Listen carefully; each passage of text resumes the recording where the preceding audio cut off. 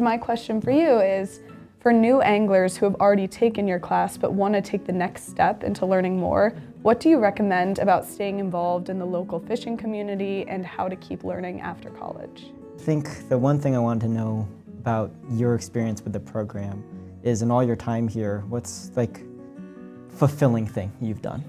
I heard a lot of your stories about how you've been all over the world, touring, doing the competitions. I would be curious to know, is there one of those experiences that has been the most memorable for you? What was that defining moment that made you know that this is what you wanted to do for the rest of your life? If you didn't go into fly fishing at such a young age, like, what do you think you would do otherwise? Maybe prison, to be honest with you.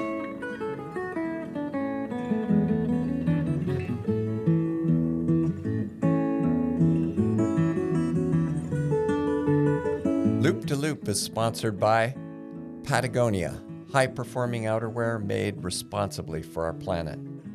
G. Loomis, American-made fly rods manufactured in Woodland, Washington.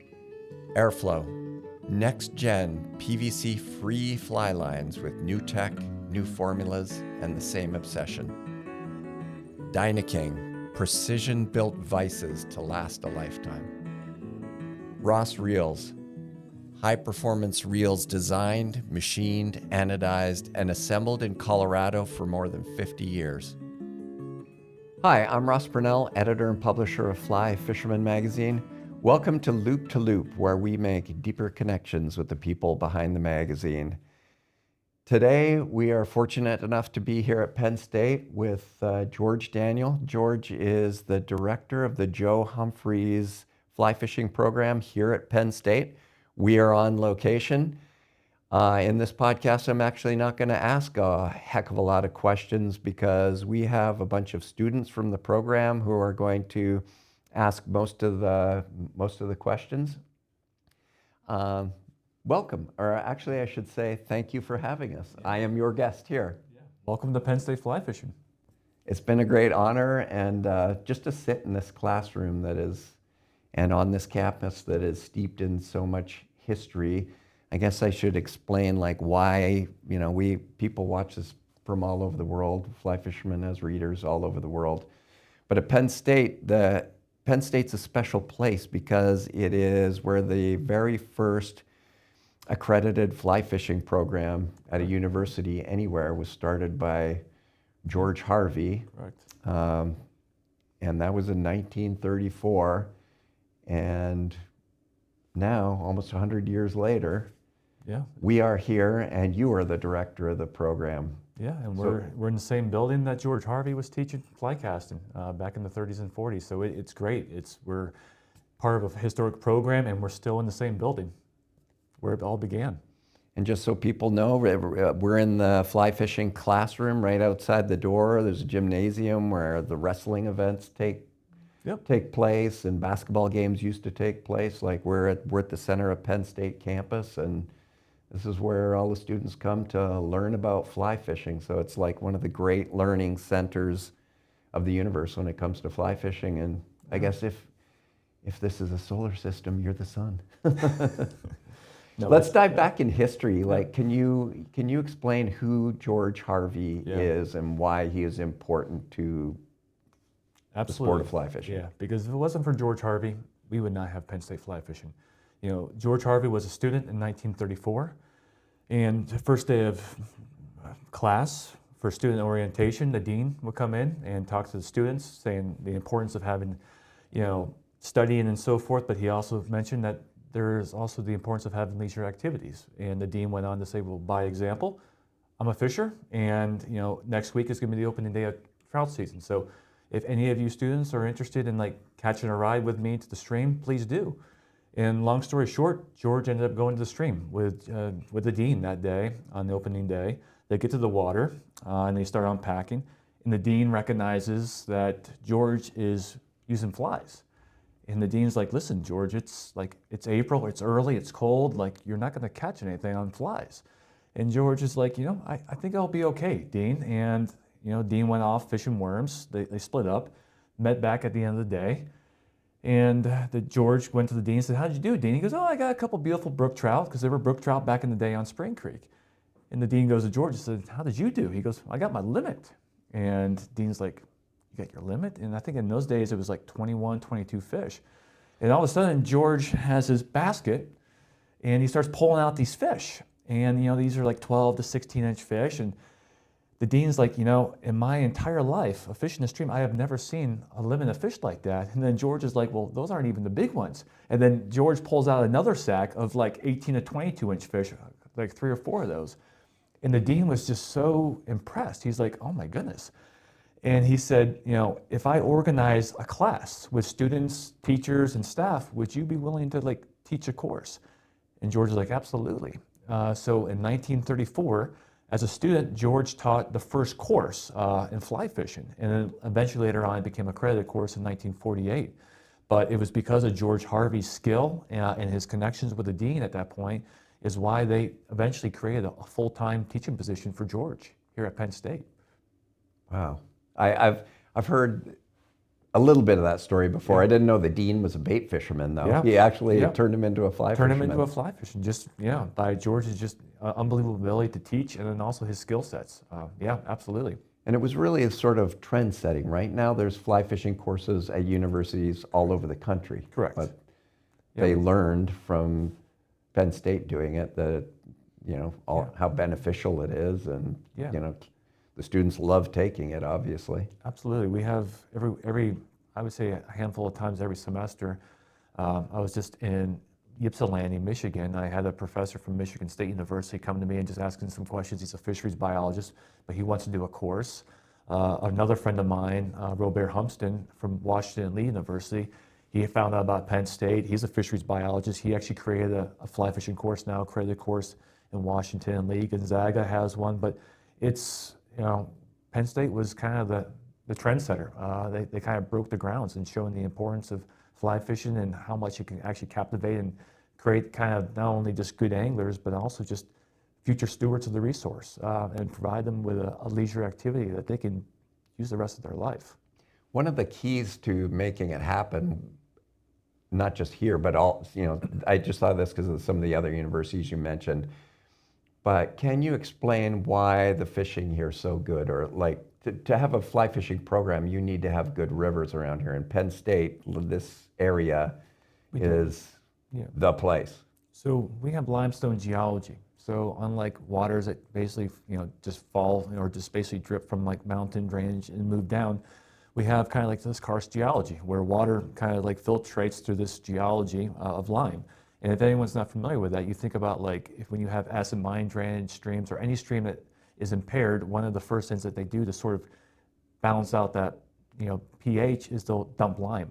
But what we have is this natural buffer of lime. There's this water basically percolating through the limestone, going in these massive underground caverns, aquifers, and being pushed back up to the ground in the form of springs. And you have this supercharged, super cold, highly fertile body of water. And we have like 4 of these bodies of water within like basically a 25-minute drive of campus. And one of them is literally a stone's throw away from Beaver Stadium, called Spring Creek. So we have like this amazing resource all within the doorsteps of Penn State University. You have that resource right on campus, basically, so why not use it? Exactly. As part of the culture of the town and the locality and the university. And I mean, this has always been the fly fishing university, probably because of the program. I think so, yeah. And obviously because of the instructors, but definitely I think is like the field of dreams. You build it, they come. So we definitely have the resource. And I think as a result, we've been able to build a really amazing, college course around that. So the program has been taught by several different people over the years. We're sitting here in front of Greg Hoover, Joe Humphreys, Mark Belden. These have all been leaders of the program. Joe did it for the longest, am I right? I think George did it for the longest. George. Yep, George did it for the longest, and then Joe ran it for 17 years. And then a guy named Vance McCullough, and we're just building, this is basically a new remodeled fly fishing room. So we're actually going to be adding some names. So we have George Harvey, Joe, a gentleman named Vance McCullough ran it for a number of years after George. And then we had Mark Belden running it. And then Greg Hoover, who recently passed away, who was an entomologist, one of the foremost entomologists of fly fishing that we had. And then since that time, there's been a handful of other instructors. And then luckily, about 3 years ago, they created a full-time teaching position for me to come back and teach it. Because up to that point, George and Joe were the only full-time instructors. Everyone else was doing it part-time or adjunct. But luckily, there was enough basically excitement, interest from the university. We got support from the dean, our department head, so they actually created a full-time teaching position specifically for fly fishing. Because when George and when Joe taught it, it was part of phys ed. So they would teach them fly fishing courses, but they were also teaching, like Joe was teaching self-defense, he was teaching ice skating, judo, basketball, like a number of activities, and fly fishing was just part of it. Luckily for me, they created a full-time position to teach nothing but fly fishing, and that's what we do now. Can you dive into your relationship with Joe? Joe's been on the podcast before. Everybody who is a Fly Fisherman magazine reader knows who he is. Yeah. But how did you meet him, or how did your relationship develop? So for me, I started reading about him when I was 14 years old, and I read about him and George Harvey, and just basically fell in love with the program and those two gentlemen. And then you fast forward a number of years till I was like 16. I could drive, and I would always drive to Fly Fisher's Paradise to go, and I had my $20 allowance every week, so I would go there and grab some fly tying materials. One day I saw George, and he had an entourage of people with him talking, and I knew like this was my one chance to get in touch with Joe, like figure out if I can go fishing with him. And I had already purchased all his books at that point. But I grabbed the book, I used my allowance, grabbed the book, and then I walked up to Joe, kind of like butted my way in line and said, "Mr. Humphreys, if I buy this book, will you sign it?" And he's never one to turn down a kid, so he's like, "Yeah." So he signs my book, does a beautiful signature with a trout. And I said, "Can we go fishing sometime?" And he's like, yeah, we can go fishing sometime. So I held him to his promise. I think I harassed him for basically 2 years. And then Gloria, his deceased wife would always say, "It's that kid from Log Cave that's calling you again." But long story short, he took me out fishing and we hit it off. And since that time, he took me under his wing. And one of the things about Joe is when I got to know Joe, he was in his late 60s. And people look at that movie like Live the Stream, they sort of like look at this beautiful, like old caring man. When I got to know Joe, like he was still full of piss and vinegar. Like he was an aggressive guy, and he was a fantastic guy. But when you go fishing with him, like it was like a drill. Like it was like just drilling you, and he would just like critique everything that you were doing. But it was his way of like tough love, and it was his way of showing you that you cared. And he was relentless on me on so many aspects. But one of the beautiful things about fishing with Joe under those conditions was he taught me how to fish under pressure. Because there's nothing more intimidating than having Mr. Humphreys look over your shoulder and like critiquing every little thing. But that ability to fish under pressure really transferred really great to eventually when I joined the U.S. fly fishing team, and even when I started teaching. But yeah, ever since that time, Joe has been one of my biggest fans. He's been one of my biggest supporters. And the thing about Joe is he doesn't mince words. If you're all out of line or if you're doing something that's not correct, he has no problems correcting you. So it's been a beautiful mentorship, and I've learned so much from him, and he's been very much a father figure as well. I love that you were big into competitive fly fishing. Was he a coach of the team at one point? He was a member. He was a member of the team, and that's when I started visiting him when I was like 16. He had these pictures of him fishing in like Norway and Finland, and that's how I first learned about the competitive world. He was explaining to me how he was competing in the world championships. And that's what kind of really piqued my interest about understanding that there was actually a competitive level that went international. Wow, I did not know that. Yeah. So yeah, he was on... There's multiple levels that he inspired you and mentored you. Without a doubt. Yeah, without a doubt. Very cool. We've got a class full of students that want to ask you a bunch of questions, but before we get to that, I want to dive into your recent article in Fly Fisherman magazine. The purpose of the podcast is to make deeper connections with the stories behind the magazine. You're one of our contributing editors. You've written a ton of articles for us, and we're grateful for that. We love having you part of the Fly Fisherman crew. In the April-May 2026 issue, you have a story called Highs and Lows, and it's basically about fishing in extreme conditions, extreme high conditions or extreme low conditions. And it was sort of inspired by last year, right? 2025 was whack. It was. Either we had super high flows early in the season, and then basically the plug was pulled and we had low waters. And basically that drought is still kind of continuing to current day. And then we're in February now. Yeah, but I mean, August, September, October last year in Pennsylvania was bone dry. Some of the most difficult fishing I've ever had in my life. So what, I don't want to give away, we don't have to give away everything that's in the article, but like what's one of your most important low water strategies? You know, when the river is ankle deep and super clear and the fish are skittish. Yeah.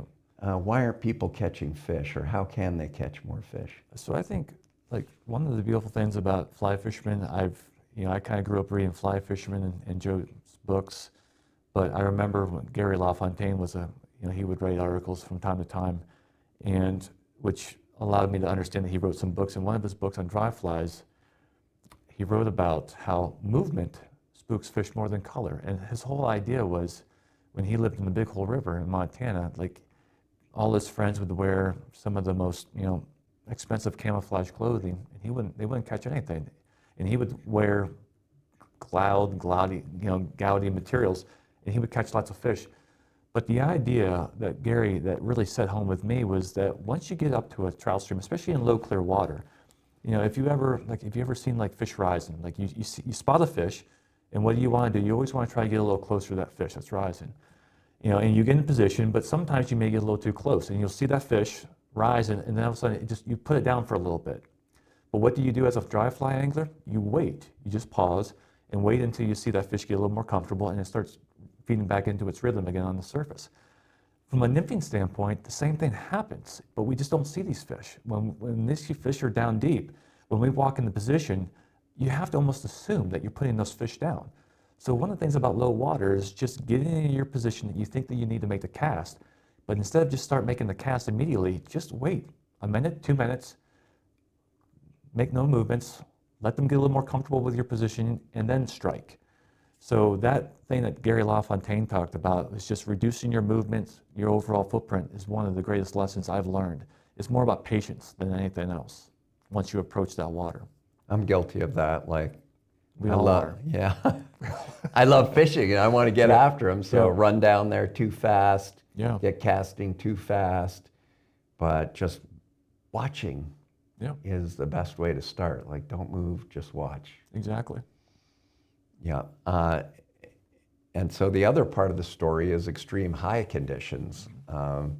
When obviously there's times when it's just chocolate milk coming down and there's logs floating down. For safety reasons, you don't fish at all, and also you're not going to catch any fish. But there's times in high water where you can actually bang a lot of fish. Correct. Yeah, and one of my favorite things to do is kind of going back to my roots. I grew up on the small mountain streams in like Potter County and like north central Pennsylvania. But just understanding that smaller drainages drain a lot quicker. The further down you go, it takes a little bit longer for that water to drop. So anytime we have high water events, the first thing I'm going to do is start going blue lining, finding the smaller streams that are actually safe to fish. And the beautiful thing about that time is that often, like in late summer, where those fish are difficult and you have to make these long 30, 35-foot roll casts, you can almost step on top of these fish as long as you've got good current, moderate flows, and you can have a banner day. And you're in some of the most beautiful scenery in the world. So definitely just starting to head to the water, head to the small mountain streams whenever you have high water events. Yeah, that's a super good tip. And one other thing that I learned, and every time I edit an issue of Fly Fisherman magazine, I learned so much. I was talking to Dennis about this the other day. Like, there was a fly tying technique on tying comparadons, and I was like, wow, I didn't even know you could do that. And with your story, when I was editing it, you said the fish aren't always up on the banks, and like my first instinct was like, no, I'm going to call BS on that, because on my home stream where I grew up on the Bow River in Alberta, when the water got high, they're all on the banks for sure. But then I really read what you're talking about, and you talked about big boulders and rocky substrate and stuff like that. And on the Bow River where I'm from, it's just a it's just a Exactly. gravel river. Like Yep. it's flat as a sidewalk down there. So of course they're going to go on the bank. But your point was, if it's streams like around here that has like big boulders and Yep. potholes and stuff like that, they can find shelter on the bottom. And that was a real eye opener for me, that in high water you can fish the bottom. And you explained how to do it. Correct, yeah, and that's, talking about that, I mean, that's a great example, but like I go down the White River every year. White River is a kind of a fluctuating tailwater where you can go from like 700 CFS to like 15,000 CFS. And one of the things, even just last December, when I was down there, like we had 700 CFS morning, and then they were needing some electricity, got cold, so they were generating a good bit, and it went from 700 to 15,000. And Wildcat Shoals is a section on the White where there's just lots of large random boulders. And one of the most eye-opening experiences I remember is just actually watching a lot of the live bait guys, but also some of the basically a lot of the nymph anglers. While a lot of the fly fishers are just working the banks, a lot of the live minnow anglers and bait anglers were basically fishing dead center. But they knew all the little crevices, basically the dead water amongst those boulders, and they were catching fish midstream, 15,000 CFS. It was one of the biggest eye openers for me. But that's exactly right. Whenever you have a stream that actually has large substrate, there's always going to be protection for those fish in high and also in high water events. Yeah, that was a super good tip for me. Yeah. Learned a lot from it. Learned a lot from the whole story. So thank you very much. No, it's always a pleasure being able to write for you guys. That's good stuff. And you'll know the magazine to look for because George is on the cover. Yeah. This episode is supported by Techream, high-tech fly tying materials made in Italy and trusted by the best tyers in the world. Techream sounds new to many anglers. That's because it's re-entering the U.S. and Canada this year through Mayfly Outdoors, the parent company of Ross, Able, Airflow, Airlight, Renzetti, and Dynaking. But globally, tyers have relied on these materials for nearly 2 decades. If you care about clean wraps, true colors, and materials that behave the same every time you sit down at the vise, Techream delivers. Their threads, dubbing, chenilles, and specialty fibers make tying easier, more predictable, and more enjoyable. Look for Techream in fly shops across the U.S. and Canada and level up your fly tying game. So I'm not going to ask you any more questions. We're going to invite the students to come up and sit in this chair right here and ask you their questions, and you don't know what they're going to ask. So Correct. hopefully they ask some good stuff, and I'm looking forward to hearing from them. Me too.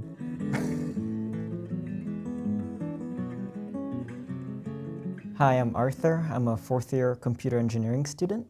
I've never been fly fishing before, but my brother loves it.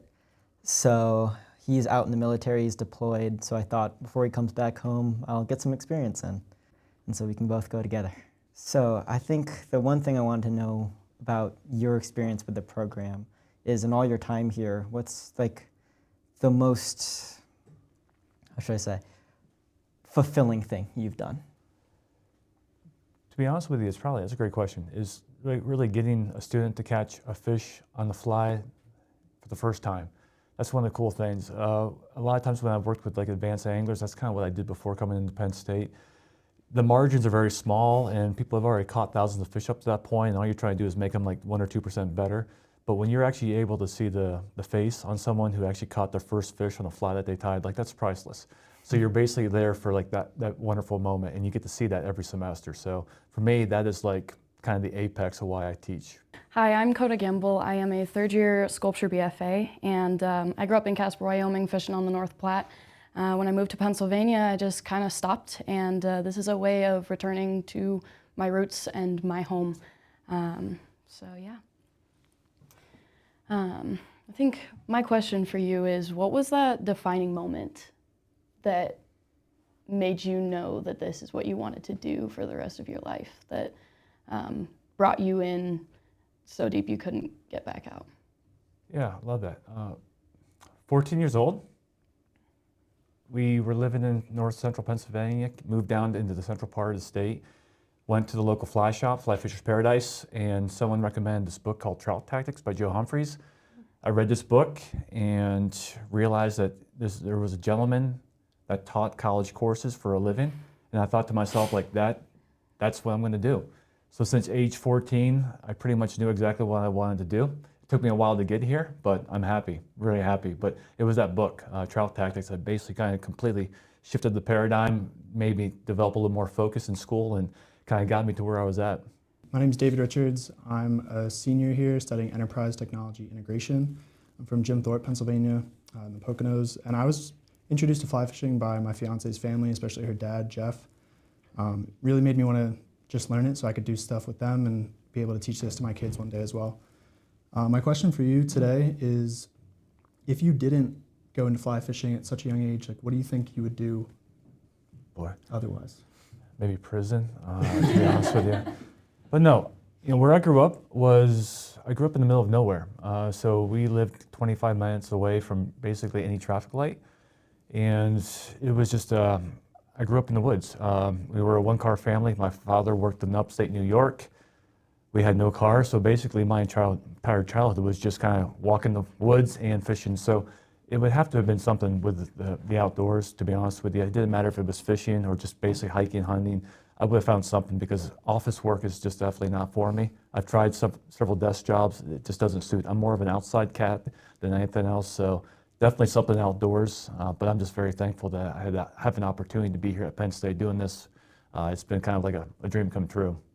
My name is Bryce Raffel. I'm from Bloomsburg, Pennsylvania here, and I've grown up fishing my entire life, hunting as well, just being outside. So when I had the opportunity to come to Penn State and not only pay the tuition for here, but come and tie flies for free with a world-renowned fisherman like George, I couldn't pass up the opportunity.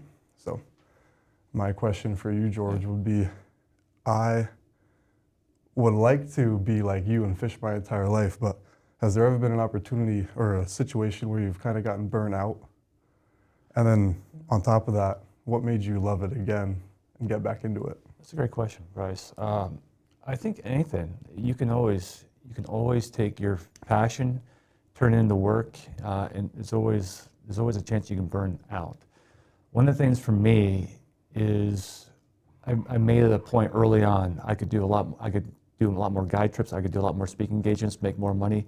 And you see this with the industry, where people will pretty much try to do as much guiding, as many speaking engagements to get as much money as they can, but then they sort of forget what the fun and joy of fly fishing is. Yeah. So for me, it's that nice balance between like doing an X number of trips a year. I'm actually reducing the number of speaking engagements. And this year, in 2025, I fished more in 2025 than I had probably in the last 5 or 6 years.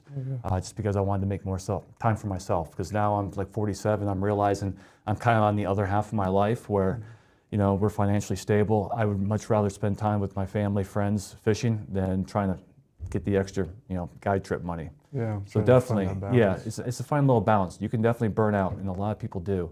So it's just, as soon as you start feeling that gut feeling, like, I don't know if I want to go out on the water after a day of guides trip, then maybe it's time to sort of reevaluate what you're doing with your timetable. Great, thank you. Good question. Hi, my name is Sam. I'm a senior majoring in finance, and I grew up in State College, Pennsylvania.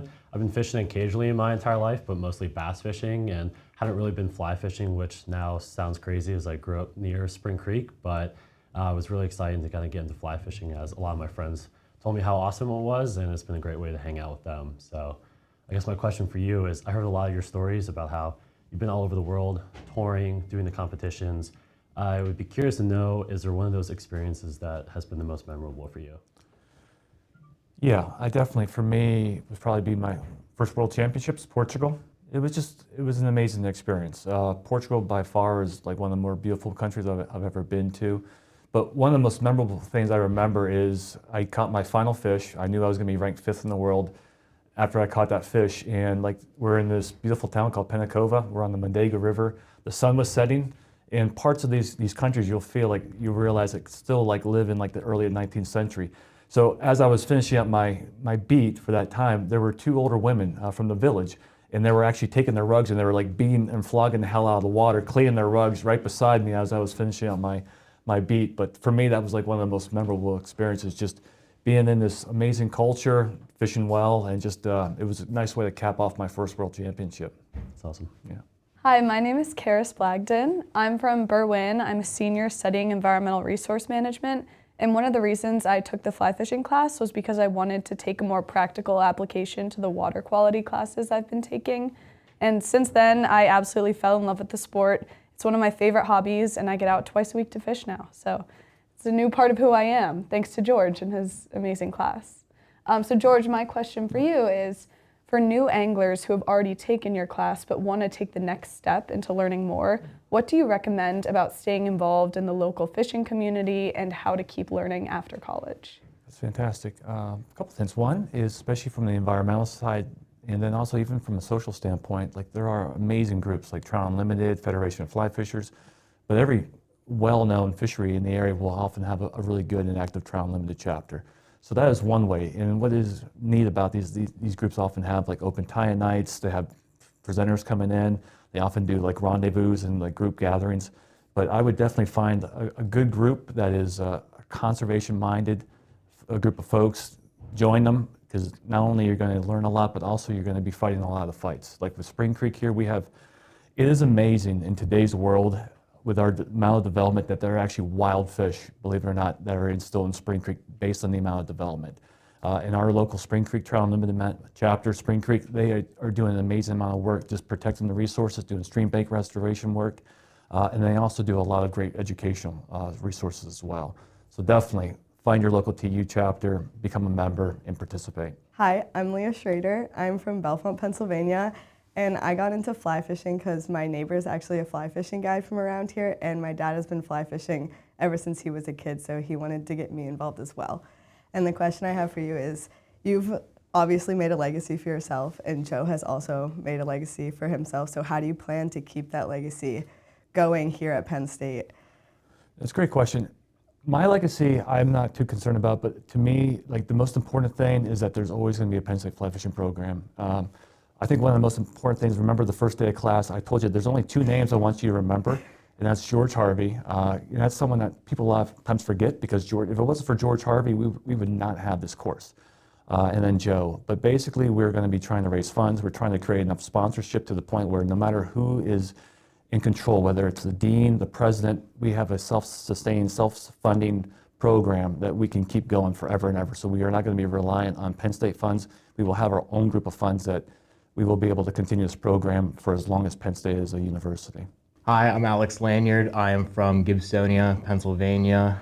I'm a senior studying RPTM, and I got into fly fishing for the artistic aspect of it. I like tying my own flies, and just sitting down at my vise for 2-3 hours is one of the most relaxing things that I can think of doing. So my question for you is, when I think of fishing, I think it can be very electronically advanced, and some of the tactics that people use seem like really, present day, essentially. Do you ever see fly fishing taking a step into that, or do you think it will maintain its, human and stream connection without any electronics? It's a great question. I mean, I guess they say the only thing that stays the same is everything changes. So I think definitely, I've heard of people trying to do like AI render, basically AI, or even like virtual fly casting, fly fishing experiences, instructions. So definitely, I love the human aspect. I like keeping it kind of more just very simple, straightforward, but eventually I think there's definitely going to be a digital side of things. You have people that are living in environments where maybe they're never going to be able to access the Amazon jungle. So as much as you may or may not like it, but I think there's definitely going to be some sort of like, virtual, AI, something that's going to be a little bit more evolved that is going to connect the new technology to the sport of fly fishing. Personally, I don't use technology because for me, when I'm outside, and that's why like when we have class, even though we're only meeting sometimes for 60 minutes to like an hour and a half, like there's no cell phones. So it's a way for me to sort of disconnect. So I don't use drones to spot my fish. I don't use forward, facing sonar to kind of find my fish in the water column. I think for me, part of the joy is actually trying to figure the puzzle out myself. And when you do that, I think the reward is so much greater when you're able to do it with your own, thoughts and intuition. And I think a lot of times that intuition that is built from experience, years of experience, is sometimes killed when you just rely on electronics and technology. Hi, my name is Alexandria Rhodes, and I'm from Pittsburgh, Pennsylvania. I'm a fourth year studying aerospace engineering here at Penn State. And I got into fly fishing because my dad's always been into fishing, and we're kind of, each other's fishing buddies. So it's nice to progress from like bait casting and spin casting into the world of fly fishing. My question for you today is, are there any sort of like major lessons that you learned as like a professional fisherman that have really carried over nicely to teaching the sport of fly fishing? Great question. Keep it simple. I think, Einstein once said that if you can't explain it simply, you simply don't know the subject matter. So for me, when you look at some of the best anglers I fish with, they keep it like the kiss, basically analogy. So for me, I just work on just a couple core techniques when it comes to casting, carry a handful of flies, have a stealthy approach. But the big lesson is just keep it simple and focus on technique. And when the fly doesn't catch fish, it's not the fly. It just means that you suck. That's all. Hi, my name's Colby Matthews. I'm originally from Houston, Texas. I've always loved to fish, but I've never done fly fishing before. I had a buddy of mine who said that I would be stupid to go to Penn State and not take this fly fishing course, so I decided to get into it, and I've loved it so far. My question for you is, through your years of fly fishing, how do you think that's helped you grow into the man that you are today? It's a great question. I think one of the things that fly fishing teaches you is humility, and that you are never in control of your environment. Sometimes people go into a situation, they don't catch fish because they think they can sort of dictate to the environment. When fishing, you need to sort of be aware. You basically need to be in contact and connection with like nature, with wildlife, because when you're fishing for highly pressured trout, you cannot just throw out anything you want on Spring Creek. You need to be able to read the water, get an idea about what's going on with the insects, with the fish, and sort of cater to the fish. It's a one-way relationship when it comes to fishing. So it has basically taught me a lot about humility and understanding that you're going to be failing a lot, but those failures are often going to be some of the greatest lessons to kind of teach you and also encourage you to keep learning. Because with fly fishing, like any other thing, like this is a lifelong activity. And when you think you figured it out, the stream's going to stick you in the middle fin, and it's just going to get you back to ground zero. So it is a wonderful tool to kind of keep you going and just keep you humble and keep you thirsty for more. And that's what I love about this sport.